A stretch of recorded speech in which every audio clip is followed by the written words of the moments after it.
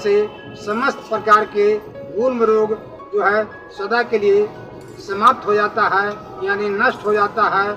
और 20 प्रकार के प्रमेय को भी यह जो है। डॉक्टर वीरेंद्र आपका स्वागत करता हूं वीरेंद्र आयुर्वेदा चैनल पर। मैं आपको एक शास्त्रीय योग औषधि बतला रहा हूं, चव्यका विष्ट। इसका निर्माण, गुण, उपयोग और सेवन करने का विधि हमारे आयुर्वेद के महर्षियों ने आयुर्वेद के प्राचीन ग्रंथ में क्या वर्णन किया है, आपको वीडियो के माध्यम से जानकारी मैं देना चाह रहा हूं। और वीडियो को अंत तक बने रहिए। और इसको अगर लाइक नहीं किए हैं तो इसको लाइक कर दीजिए। तो सर्वप्रथम जो है निर्माण में चव्य लेते हैं, चित्रक मूल लेते हैं, काली जीरा लेते हैं, टोकर मूल लेते हैं, वच लेते हैं, आउबेर लेते हैं, कचूर लेते हैं, पटोल का पत्र लेते हैं, हरे लेते हैं, बहरा लेते हैं, आंवला लेते हैं, अजवाइन लेते हैं, पूरे का छाल लेते हैं, इंद्रायण का मूल लेते हैं, दारू हल्दी लेते हैं, नागरमोथा लेते हैं, मंजीठ लेते हैं, आपको नागकेसर लेते हैं और पीपल लेते हैं। इस तरह आदि औषधि को डालकर इसको चूर्ण कर लीजिए और इसको क्वाथ बना लीजिए। क्वाथ बनाने के बाद एक मिट्टी का मटका ले लीजिए, उसमें क्वाथ को डाल दीजिए।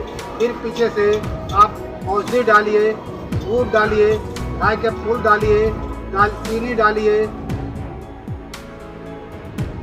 डालिए, तेजपात डालिए, बड़ी इलायची डालिए, नागकेसर डालिए, पीपल डालिए, सौंठ डालिए, काली मिर्च डालिए और शीतल चीनी डालिए।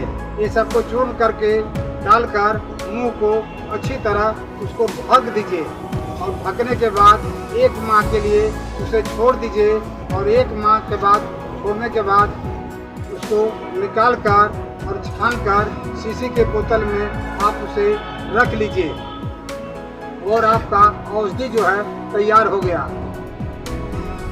इस औषधि के सेवन करने से समस्त प्रकार के गुल्म रोग जो है सदा के लिए समाप्त हो जाता है, यानी नष्ट हो जाता है।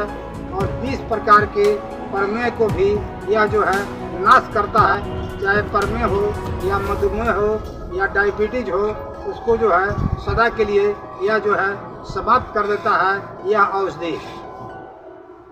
जुकाम में इसका हम प्रयोग करते हैं।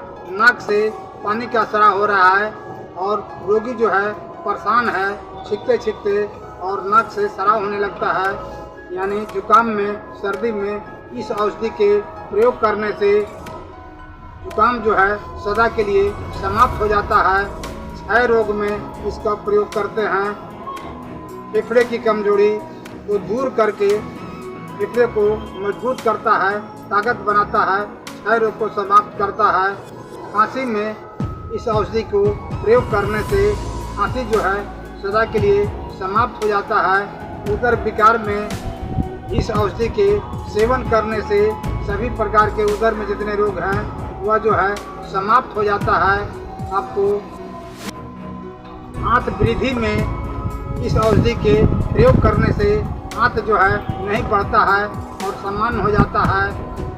या आपको हाइड्रोसील अगर बढ़ गया है, पोता बढ़ गया है, तो उसमें भी इस औषधि के सेवन करने से हाइड्रोसील जो है बढ़ना रुक जाता है और वह जो है अपने अवस्था पर आ जाता है, यानी अंड वृद्धि में, इसको आयुर्वेद में अंड वृद्धि कहते हैं। कामला रोग में यानी जॉन्डिस रोग में भी इस औषधि के प्रयोग करते हैं और बहुत अच्छा लाभ मिलता है। यकृत प्लीहा के वृद्धि में इस औषधि के सेवन करने से यकृत और प्लीहा अगर बढ़ गया है वह सामान्य हो जाता है। और इस औषधि को सेवन करने से आपको ठीक हो जाता है। अग्निमांद में यानी भोजन करने की इच्छा नहीं कर रहा है या भूख नहीं लग रहा है, तो इस औषधि के सेवन करने से अग्निमांद जो है दूर हो जाता है। और इसकी मात्रा जो है 30 ml दवा, 30 ml पानी, प्रातः संध्या 2 बार भोजन के बाद इसको सेवन करें। और इस वीडियो देखने के लिए मैं आपको धन्यवाद दे रहा हूँ। जय धन्वंतरी।